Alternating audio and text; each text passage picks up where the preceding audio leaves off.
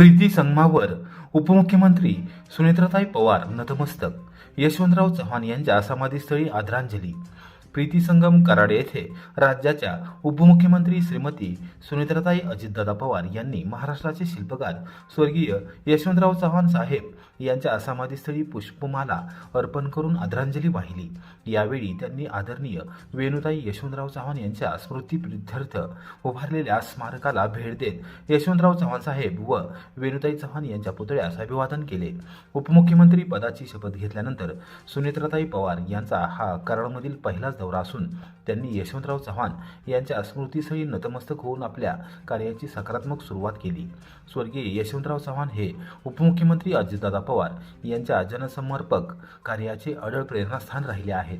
त्यामुळे अजितदादा पवार आणि प्रीती संगम येथील समाधीस्थळाचे नाते अत्यंत जिव्हाळ्याचे व भावनिक आहे.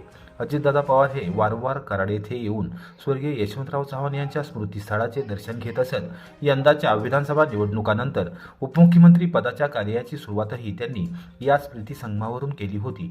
यावेळी समाधीस्थळी राष्ट्रवादी काँग्रेसचे प्रदेशाध्यक्ष खासदार सुनील तटकरे, मदत व पुनर्वसन मंत्री मकरंद पाटील, राज्य महिला आयोगाच्या अध्यक्षा सौ रुपाली चाकणकर, सातारा जिल्हा मध्यवर्ती सहकारी बँकेचे चेअरमन खासदार नितीन काका पाटील, माजी खासदार श्रीनिवास पाटील, माजी आमदार बाळासाहेब पाटील, जिल्हाधिकारी संतोष पाटील, पोलीस अधीक्षक तुषार दोशी, कराड नगराध्यक्ष राजेंद्र सिंह यादव यांच्यासह विविध क्षेत्रातील मान्यवर व राष्ट्रवादी परिवाराचे सदस्य मोठ्या संख्येने यावेळी उपस्थित होते.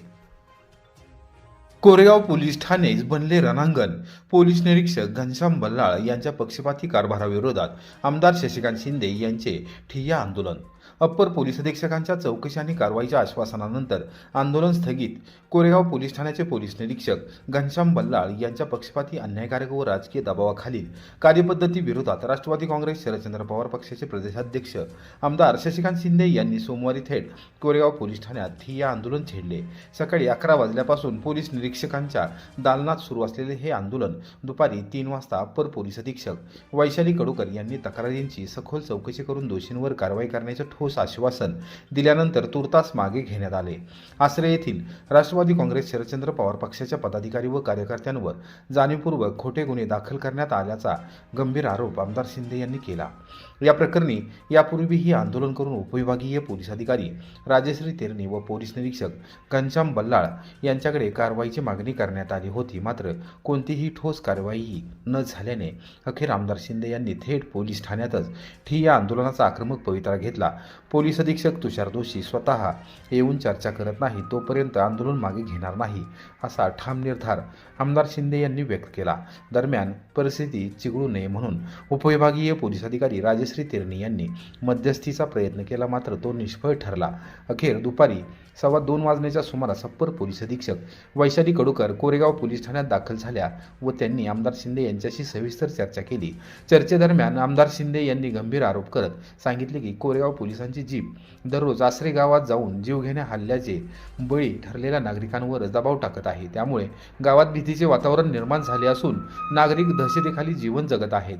गावातील प्रमुख कार्यकर्त्यांना गावात येऊ न देण्यासाठी पोलिसांचा वापर होत असल्याचा आरोपही त्यांनी केला. तसेच उपविभागीय पोलीस अधिकारी व पोलीस निरीक्षकांकडून अनेक गुन्ह्यांमध्ये पक्षपातीपणा, खोटे गुन्हे दाखल करणे, अदखलपात्र तक्रारीवरून नागरिकांना विनाकारण त्रास देणे, रात्रभर पोलीस ठाण्यात थांबवणे, अवैध धंद्याकडे जाणीवपूर्वक दुर्लक्ष करणे, निवडणुकांच्या पार्श्वभूमीवर राजकीय दबावापोटी कारवाई करणे असे गंभीर आरोप करण्यात आले. या सर्व प्रकारांमुळे संबंधित अधिकाऱ्यांचे तात्काळ निलंबन करण्याची मागणी आमदार शिंदे यांनी केली. दरम्यान पोलिसांच्या वेळ काढूपणामुळे संतप्त झालेल्या कार्यकर्त्यांनी पोलीस ठाण्याबाहेर जोरदार घोषणाबाजी केली. पोलीस निरीक्षकांच्या निषेधार्थ घोषणा देण्यात आल्याने परिसरात तणावाचे वातावरण निर्माण झाले. परिस्थिती नियंत्रणात ठेवण्यासाठी पुशेगाव व रहमतपूर येथील सहाय्यक पोलीस निरीक्षकांसह सातारा पोलीस मुख्यालयातून जलद कृती दलाचे जवान तैनात करण्यात आले. संपूर्ण पोलीस ठाण्याला पोलीस छावणीचे स्वरूप आले होते. अप्पर पोलीस अधीक्षक वैशाली कडूकर यांनी आमदार शिंदे यांनी उपस्थित केलेल्या सर्व तक्रारींची सखोल चौकशी केली जाईल. कोणावरही अन्याय होऊ दिला जाणार नाही. दोषी आढळल्यास निश्चित कारवाई केली जाईल असे स्पष्ट आश्वासन दिल्यानंतर आमदार शिंदे यांनी आंदोलन मागे घेतले. या आंदोलनात आंदोलनात आमदार शिंदे यांच्यासह साईलबाबा शिंदे, अरुण माने, पंचायत समितीचे माजी सभापती राजाभाऊ जगदाळे, जिल्हा नियोजन समितीचे माजी सदस्य संजय पिसाळ, पैलवान सागर साळुंके, कोरेगाव शेती उत्पन्न बाजार समितीचे माजी सभापती ॲडव्होकेट PC तथा पांडुरंग भोसले, जयवंतराव घोरपडे, प्रतापराव कुमुकले, पंचायत समितीच्या माजी सदस्या प्रतिभाताई बर्गे, किशोर नानासाहेब बर्गे, राष्ट्रवादी काँग्रेसचे तालुकाध्यक्ष घनश्याम शिंदे, उद्धव सेनेचे तालुका प्रमुख सचिन झांजुर्णे, तालुका शेतकरी खरेदी विक्री संघाचे संचालक अमरसिंह बर्गे, नगरसेवक हेमंत बर्गे, प्रीतम बर्गे, गणेश धनावडे यांच्यासह मोठ्या संख्येने पदाधिकारी व कार्यकर्ते सहभागी झाले होते. पोलीस शिपाई अक्षय शिंदे यांच्या विरोधात तक्रारींचा भडका. आसरे येथे घटना घडली त्यावेळी कोणीही उपस्थित नसताना विनाकारण गुन्हे दाखल करून काही नागरिकांना गोवण्यात आल्याचा आरोप करण्यात आला. सगळ्यामध्ये कायदा सुव्यवस्था राखावा ही भूमिका पोलीस डिपार्टमेंटची. आम्हाला काय राजकीय इश्यू करायचा आहे, आम्हाला कुठल्या प्रकारचा कोणावर राजकीय आरोप करायचे नाही, परंतु पोलीस डिपार्टमेंट हे इम्पार्शिबल असावं, ते जनतेच्या सेवेसाठी असावं. ते जनतेच्या सेवेसाठी न करता कोणाच्यासाठी जर वापरण्याचा प्रयत्न केला आणि लोक अन्याय झाला तर याच्यापुढे आम्ही सहन करणार. प्रशासकीय दुर्लक्षामुळे वासुळे येथे कन्हेर कालवा फुटला, लाखो लिटर पाणी वाया, स्मशानभूमीसह शेतीचे मोठे नुकसान. वाडे पाटखळ माथा रस्त्यावर असलेल्या वासुळे गावच्या हद्दीत कन्हेर धरणाचा डावा कालवा सोमवारी मध्यरात्री अचानक फुटल्याची धक्कादायक घटना घडली. मध्यरात्रीच्या सुमारास कालव्याला भगदाड पडल्याने लाखो लिटर पाणी परिसरात पसरले आणि पाहता पाहता या पाण्याने रौद्ररूप धारण केले. पाण्याचा प्रवाह इतका वेगवान होता की यामध्ये गावातील स्मशानभूमी देखील पूर्णपणे वाहून गेली आहे.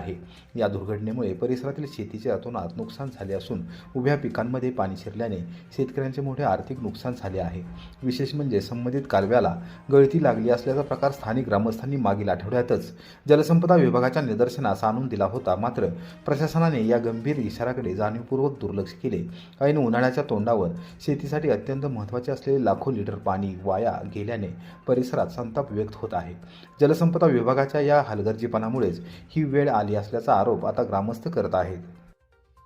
साताऱ्यात शालेय मुलांची जेसीबीवरून स्टंटबाजी, 5 पालकांसह 6 जणांवर शहर पोलीस ठाण्यात गुन्हा दाखल. सातारा शहरातील एका नामांकित शाळेतील मुलांनी वर्गणी जमा करून चक्क जेसीबी मशीनद्वारे रस्त्यावर मिरवणूक काढण्याचा धक्कादायक प्रकार उघडकीस आला आहे.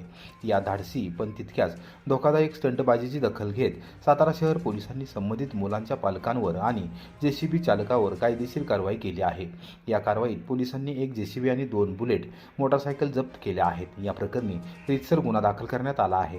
ही घटना 31 तारखेला दुपारी 12:15च्या सुमारास शाळेसमोरील रस्त्यावर घडली. शाळेतील काही अल्पवयीन मुलांनी एकत्र येऊन पैसे जमा केले आणि 1 जेसीबी मशीन भाड्याने बोलावले. या जेसीबीच्या पुढच्या बकेटमध्ये बसून मुलांनी मोठ्या प्रमाणावर गोंधळ घालत मिरवणूक काढली, तर काही मुले बुलेटवरून त्यांच्या सोबत होती. या प्रकारामुळे सार्वजनिक रस्त्यावरील वाहतुकीला अडथळा निर्माण होऊन मोठा गोंधळ उडाला होता. या घटनेची माहिती मिळताच वरिष्ठ पोलीस निरीक्षक राजेंद्र मस्के यांच्या मार्गदर्शनाखाली पोलिसांनी घटनास्थळी धाव घेऊन कारवाई केली आहे. तपासादरम्यान असे समोर आले की आपली मुले अल्पवयीन आहेत हे माहीत असूनही पालकांनी त्यांना पैसे पुरवले, ज्यातून त्यांनी जेसीबी भाड्याने घेतला. या प्रकरणी शरद दिलीप पवार, रवींद्र राजकुमार काळे आणि परशुराम भाऊ काना पाटील या पालकांवर मुलांच्या बेजबाबदार कृत्याला खतपाणी घातल्याबद्दल शहर पोलीस ठाण्यात गुन्हे दाखल करण्यात आले आहेत. तसेच चंदन काशीनाथ पवार आणि शैलेश विष्णू जगदाळे यांच्या मुलांनी परवाना नसताना बुलेट चालवल्यामुळे त्यांच्यावरही कारवाई करण्यात आली आहे.